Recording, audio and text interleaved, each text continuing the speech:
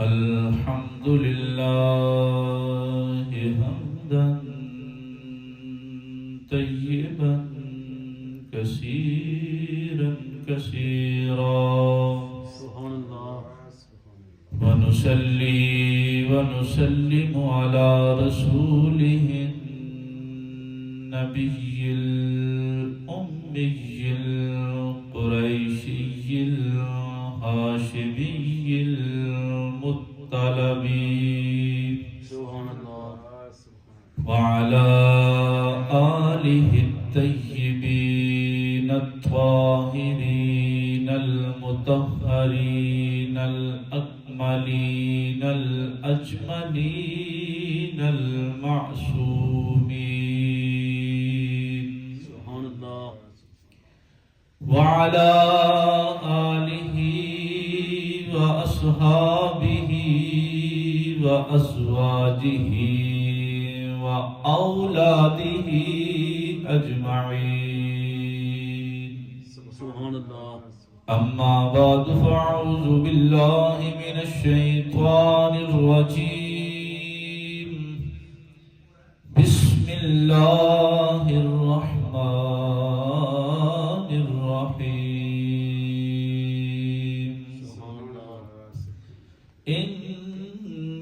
إنما يخشى الله من عباده العلماء صدق الله العظيم قال الله تعالى في مقام آخر في شان حق حبيبه مخبرا وآمرا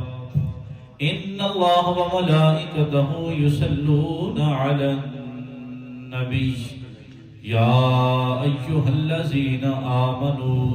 صلوا عليه وسلموا تسليما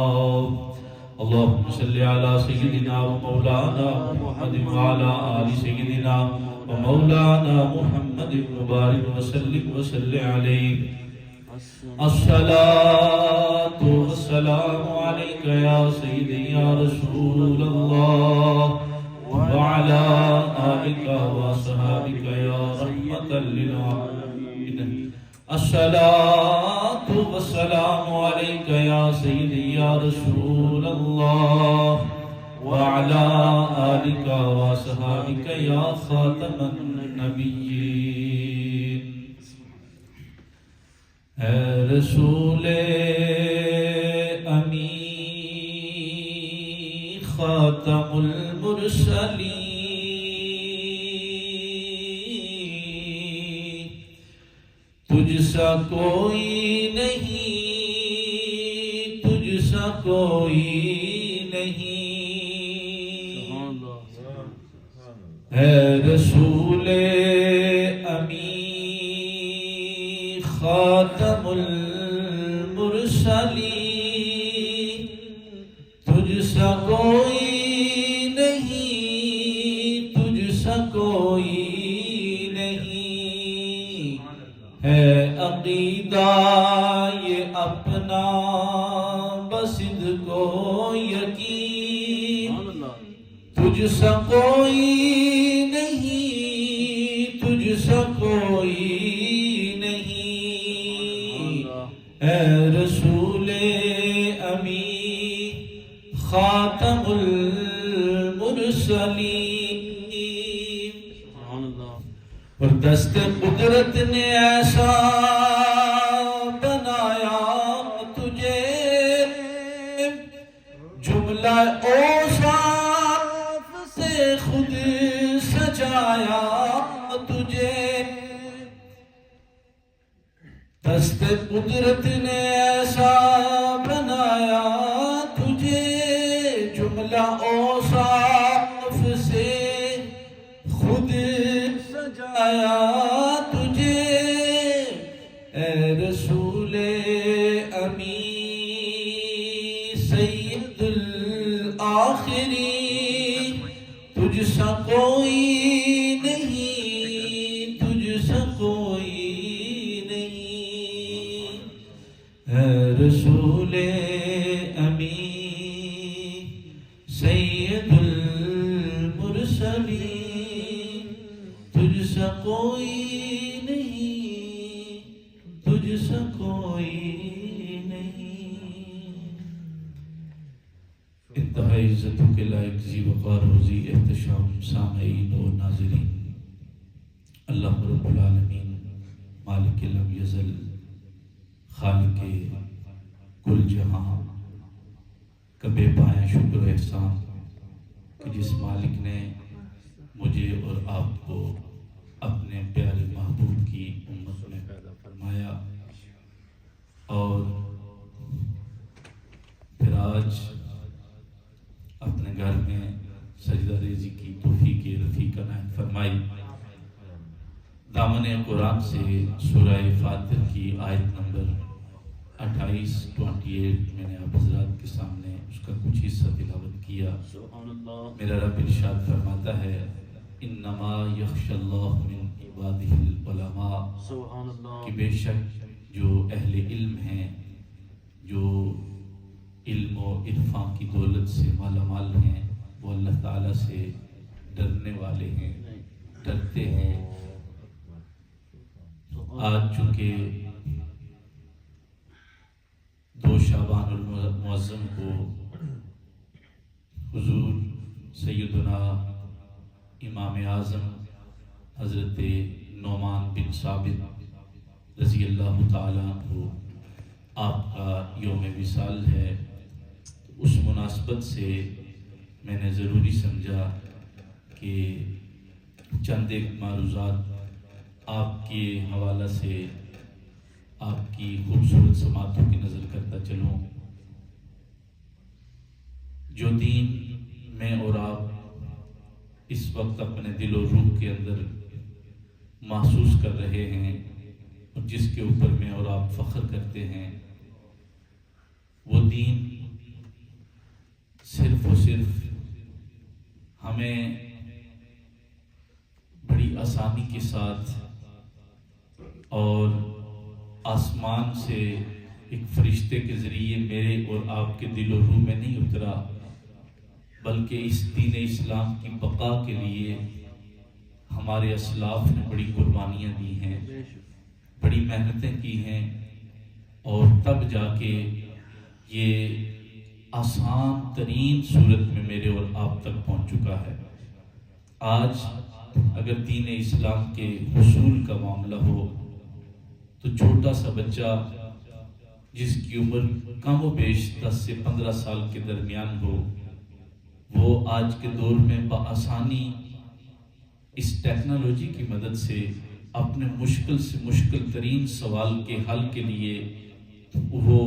تگ و دو کرے گا تو اس کا جواب اس کو بآسانی میسر آ سکتا ہے۔ لیکن یہ جواب اتنی آسانی کے ساتھ اس بچے تک پہنچا کیسے ہے، یہ بھی ایک سوال ہے۔ تو اس سوال کے جواب کے لیے میرے اور آپ کے اسلاف نے اپنی پوری زندگی دی ہے، وقف کی ہے، محنتیں کی ہیں، تب جا کے اللہ تعالیٰ نے میرے اور آپ کے لیے اس دین کو آسان بنایا ہے۔ سبحان اللہ۔ اب اگر ہم امام اعظم کی بات کریں، جس مسجد میں میں اور آپ ابھی اس وقت موجود ہیں نماز جمعہ کی ادائیگی کے لیے، ہمیں یہ تو پتہ ہے کہ یہ مسجد اہل سنت و جماعت کی مسجد ہے، اور جس بندے کو بھی اس چیز کا اندازہ اور علم ہوتا ہے یا اس کو خبر پہنچتی ہے تو وہ دور و نزدیک سے چل کے اس مسجد میں آتا ہے کہ ہم نے فلاں مسجد میں نماز جمعہ پڑھنا ہے یا نماز ادا کرنی ہے۔ لیکن صرف اس چیز کا علم ہونا کہ ہماری مسجد ہے یا ہمارے عقیدے یا ہمارے مسلک کی مسجد ہے، یہ کافی نہیں ہے،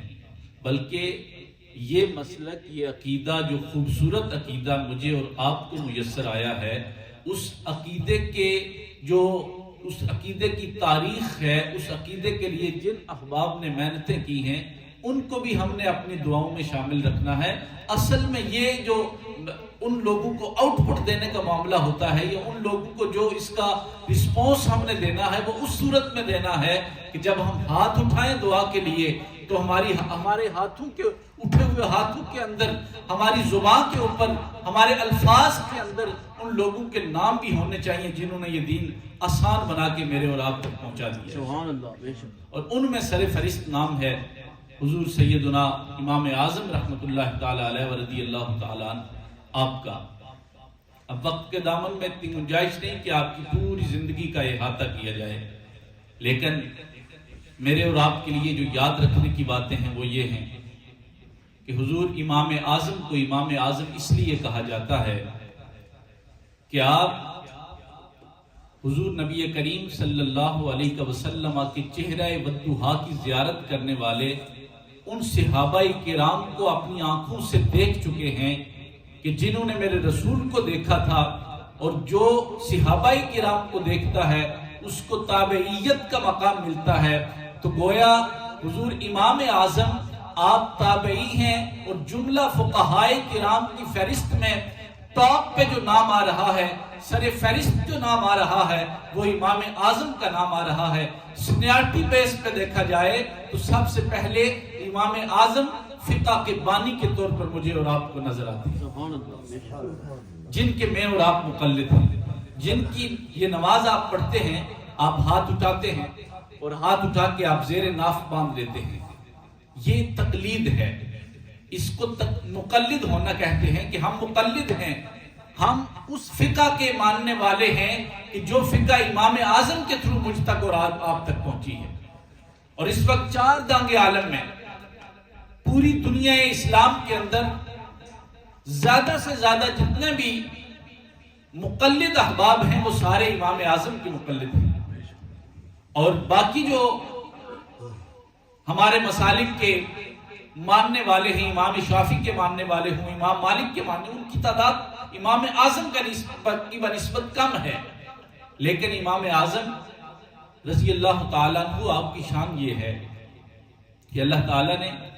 آپ کو کمال کی ذہانت عطا فرمائی، اور اس ذہانت کا آپ نے فائدہ یوں اٹھایا کہ آپ ابھی بچپنے کی عمر میں ہیں، اپنے والد کے ساتھ کوفہ کی بغداد کی جامعہ مسجد کے اندر بیٹھے ہیں، اور وقت کے امام حضرت قتادہ رضی اللہ تعالیٰ آپ اعلان فرما رہے ہیں، جملہ علماء مشائخ اس مجلس کے اندر موجود ہیں، اور آپ نے اعلان فرمایا کہ سل، پوچھے مجھ سے جو پوچھنا ہے پوچھو، جو بھی سوال کرنا چاہتے ہو کرو۔ جب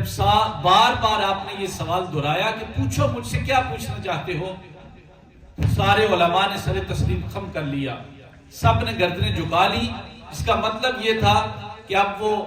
آپ کے علمی قد کاٹ کے اتنے قائل ہو چکے ہیں کہ آپ وہ سوال نہیں کرنا چاہتے۔ آپ کی عمر ابھی 13 برس ہے، والد کے ساتھ اس مجلس میں موجود ہیں، آپ نے ہاتھ کھڑا کر دیا، ہاتھ کھڑا کیا، پوچھا میں ایک سوال پوچھنا چاہتا ہوں۔ جملہ علماء و مشائخ جو اس مجلس کے اندر موجود تھے حیران رہ گئے کہ ایک چھوٹا سا بچہ وقت کے اتنے بڑے قدآور شخصیت کے سامنے سوال کے لیے کھڑا ہو گیا۔ آپ نے بلایا، آؤ بیٹا پوچھو کیا پوچھنا چاہتے ہو۔ آپ نے فرمایا میں پوچھنا یہ چاہتا ہوں کہ جب حضرت سلیمان علیہ السلام کا قافلہ آ رہا تھا، ایک چونٹی نے کہا تھا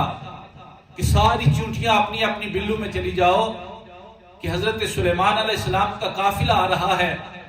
اور آپ کے لشکر کے اندر موجود جتنے بھی سپاہی ہیں کہیں انجانے میں وہ تمہیں کچل نہ ڈالیں، لہٰذا تم اپنے اپنے بلوں کے اندر چلی جاؤ۔ میں سوال یہ پوچھنا چاہتا ہوں کہ جس چونٹی نے، جس سردار چونٹی نے اعلان کیا تھا،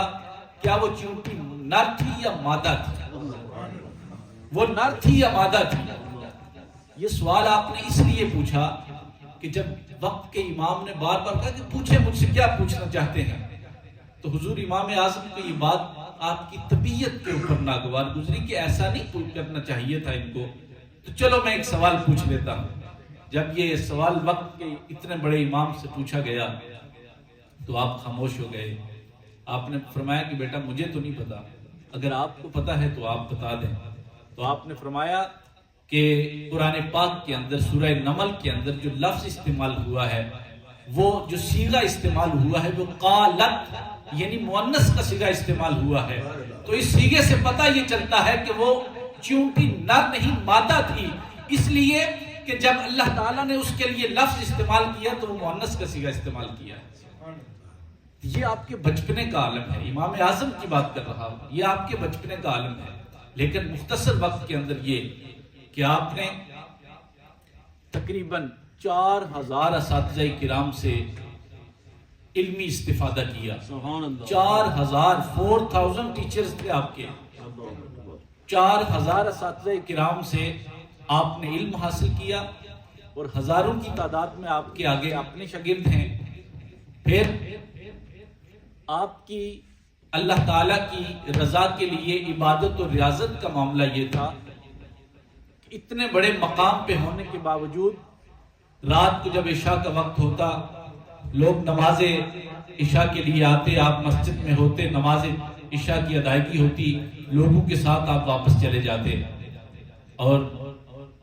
جب سارے لوگ اپنے اپنے گھروں میں چلے جاتے تو امام اعظم پھر پلٹ کے مسجد میں آ جاتے، اب پھر لوٹ کے مسجد میں آ جاتے، ساری رات اللہ کی عبادت کرتے، ساری رات اللہ کی عبادت کے اندر گزار دیتے۔ اور ایک تابعی تھے، ان کو پتہ چلا کہ ابو حنیفہ کا یہ معمول ہے کہ وہ رات کو نماز عشاء کے بعد گھر سے پھر لوٹ کے مسجد میں آتے ہیں، تو ان کو ایک سسپینس پیدا ہوا دل کے اندر کہ میں دیکھوں تو مسجد میں جا کے وہ کرتے کیا ہیں۔ تو کہتے ہیں کہ رات کے پچھلے پہر وہ مسجد کے اندر آئے، اور انہوں نے دیکھا کہ وہ امام اعظم ابو حنیفہ رحمۃ اللہ تعالی علیہ ورضی اللہ تعالی عنہ آپ مسجد کی حالت قیام میں ہیں، اور آپ کی عمر اس وقت ضعیفی کی عمر ہے، بڑھاپے کے پہنچے ہوئے ہیں۔ آپ نے اپنے داڑھی مبارک کو، ریش مبارک کو ایسے پکڑا ہوا ہے، ایسے داڑھی مبارک کو پکڑا ہوا ہے، اور اللہ تعالیٰ کی بارگاہ میں رو رو کے التجا کر رہے ہیں، اور التجا اس طرح کر رہے ہیں کہ اے باری تعالیٰ، قیامت کے دن اگر میری بخشش کا کوئی اور سبب نہ بن سکے، اگر میرے گناہ اتنے ہو جائیں کہ میری بخشش کی کوئی سبیل باقی نہ رہے، تو باری تعالیٰ یہ جو میرے سفید بال ہیں، ان سفید بالوں کا حیا کر کے مجھے معاف فرما دینا، ان سفید بالوں کی وجہ سے مجھے معاف فرما دینا، کیونکہ تیرے حبیب نے ارشاد فرمایا ہے کہ اللہ تعالیٰ سفید بال والے بزرگوں کا حیا فرماتا ہے۔ اللہ تعالیٰ سفید، اسی لیے تو بزرگوں کے احترام کا بار بار حدیث کے اندر اور قرآن پاک کے اندر اللہ اور اس کے رسول کی طرف سے ہمیں حکم دیا گیا کہ جب بالوں کے اندر سفیدی آ جائے تو پھر اس شخص کو بھی چاہیے کہ وہ اللہ تعالیٰ کے احکامات کے اوپر عمل درآمد کرے، اور جو احباب اس کے حلقہ احباب میں رہنے والے ہوتے ہیں ان کو بھی چاہیے کہ اس کے سفید بالوں کی وجہ سے اس کی عزت کریں۔ تو آپ فرما رہے ہیں کہ اے باری تعالیٰ، مجھے ان سفید بالوں کی وجہ سے مجھے معاف فرما دے۔ اور پھر امام شافعی،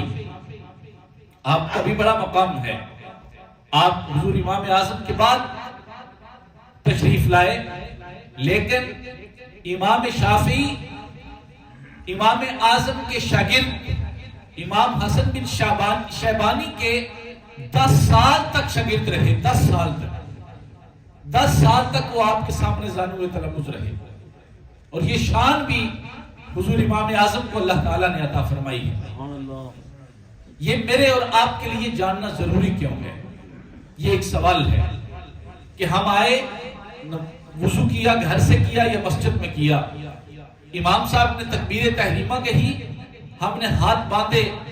نماز ادا کی اور واپس چلے گئے۔ باہر جا کے اگر آپ کو کوئی بندہ ملے، وہ آپ سے پوچھے کہ ابھی آپ نے نماز ادا کی ہے،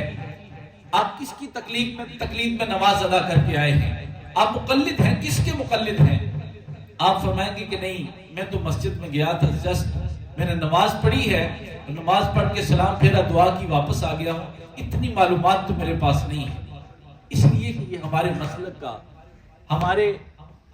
اس عقیدہ کے جتنے بھی لوگ ہیں خوبصورت عقیدے کے حامل ہیں، لیکن المیہ یہ ہے کہ اپنے عقائد کے حوالے سے کسی کو پتہ نہیں، کسی کو پتہ نہیں ہے کہ ہمارا عقیدہ ہے کیا۔ ہم اتنے سچے اور سچے عقیدے کے حامل ہونے کے باوجود ہم ذاتی حیثیت سے اور اجتماعی حیثیت سے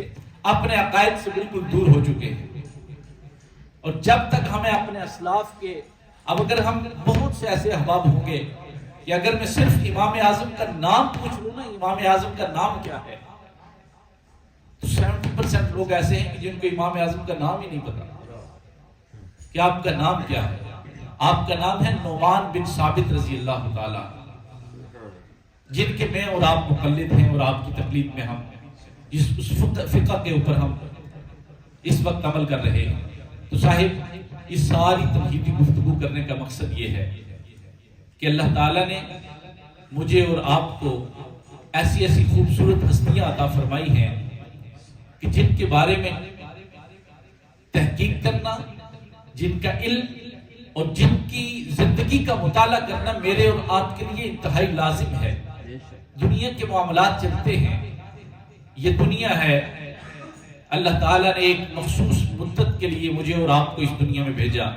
ہر انسان اپنی جاب کے اندر مشغول ہے، جو اللہ تعالیٰ نے اس کے لیے جتنے اسباب ہیں وہ اپنے اسباب کے پیچھے بھاگا جا رہا ہے، لیکن ایک وقت وہ بھی آنے والا ہے، ایک کچہری وہ بھی لگنے والی ہے کہ جہاں مجھے اور آپ کو اللہ کے حضور پیش ہونا ہے۔ وہاں ہم نے ایک ایک سانس کا حساب دینا ہے، ایک ایک عمل کا حساب دینا ہے۔ اور پھر چونکہ گزشتہ جمعۃ المبارک کو یہ ترکی اور شام کے جو زلزلہ آیا ہے اس حوالہ سے ذکر چلا تھا، بطور مسلمان میری اور آپ کی ذمہ داریاں کیا ہیں۔ اگر ہم بطور مسلمان اپنی تاریخ دیکھیں تو ایک وقت تھا کہ جب مکہ سے مہاجرین ہجرت کر کے مدینہ طیبہ کی طرف آ رہے تھے، اور جب ان کفار مکہ نے وہ زمین مسلمانوں کے اوپر تنگ کر دی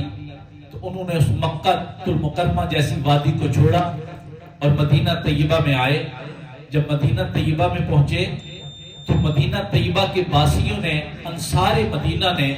مسلمانوں کی اتنی، ان مہاجرین کی اتنی مدد کی کہ آج اگر یہ سٹوریز ہم اپنے نن مسلم جو ہمارے ساتھ کام کرنے والے ہوتے ہیں ان کو سنائیں تو وہ یقین نہیں کریں گے کہ ایک انسان اتنا بھی آگے جا سکتا ہے ایثار و قربانی کے اندر کہ وہ اپنا سب کچھ اپنے دینی اور مسلمان بھائی کے اوپر قربان کر دے۔ انسانی عقل اس چیز کو تسلیم نہیں کرتی، لیکن ان صحابہ کرام نے اس دین کے لیے اتنی بڑی بڑی قربانیاں دی ہیں۔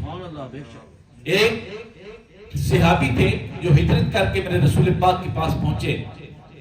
جو ہی آپ کے پاس آئے تو آپ کے ہاں ایک انصاری صحابی موجود تھے۔ آپ نے ان کی ڈیوٹی لگائی کہ آپ ان کو گھر لے جائیں، ان کو کھانا کھلائیں، ان کا خیال رکھیں۔ وہ صحابی جن کی ڈیوٹی لگی وہ خود بہت مفلس تھے، اور جب گھر گئے تو اپنی زوجہ سے پوچھا کہ کھانے کے لیے کچھ ہے؟ تو ان کی زوجہ محترمہ نے فرمایا کہ بچوں کے لیے ہم نے کھانے کے لیے جو کھانا بنایا ہے وہی ہے، اس وقت اس کے علاوہ ہمارے پاس کچھ نہیں ہے۔ تو ان صحابی نے فرمایا کہ بچوں کو بہلا کے سلا دو، اللہ کے رسول کا مہمان ہمارے گھر میں آ گیا۔ اب اللہ کے رسول نہیں آئے، اللہ کے رسول کا مہمان آیا ہے، اور مہمان کی اتنی تواضع کی جا رہی ہے، اتنی رسپیکٹ اور عزت کی جا رہی ہے کہ اپنے بچوں کو بھوکا سلایا جا رہا ہے۔ آج ہے کوئی ایسا جو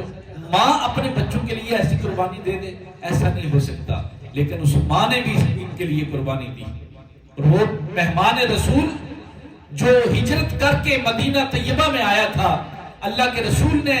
اپنے صحابی کے ہاں بھیجا، اس نے اپنے بچوں کو بھوکا سلا دیا، لیکن اللہ کے رسول کے مہمان کو کھانا کھلا کے سلا۔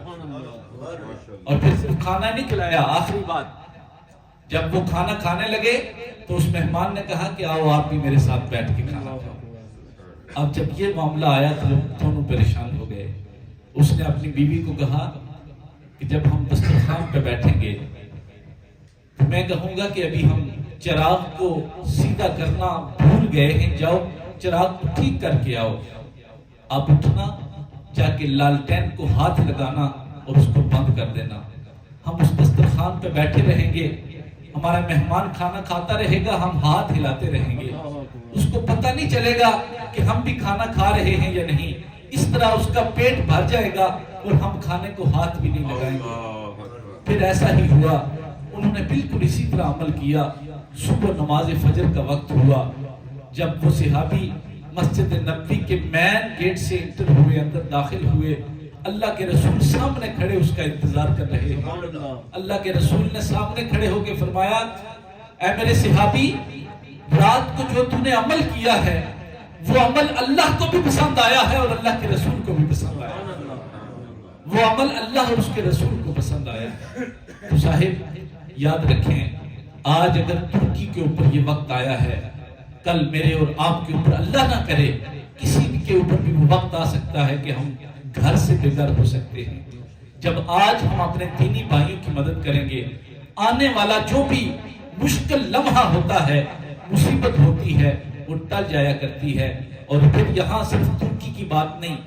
جہاں کہیں بھی کسی مسلمان کو پریشان دیکھیں، آپ اس رب کو راضی کرنے کے لیے اپنی جیب سے 1 روپیہ خرچ کریں گے، اللہ تعالیٰ اس کے بدلے میں ہزاروں مصیبتیں آپ کی ٹال کے رکھ دے گا اور پھر وہ راضی بھی ہوگا آپ سے.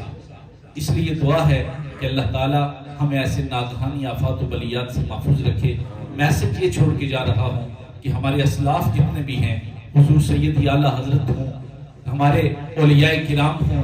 ہمارے فقہائے کرام ہوں، ان کی تاریخ پڑھنا، اپنے بچوں کو پڑھانا، یہ میری اور آپ کی دینی ذمہ داری ہے. اللہ تعالیٰ عمل کی توفیق عطا فرمائے. وما علیہ الا البلاغ المبین.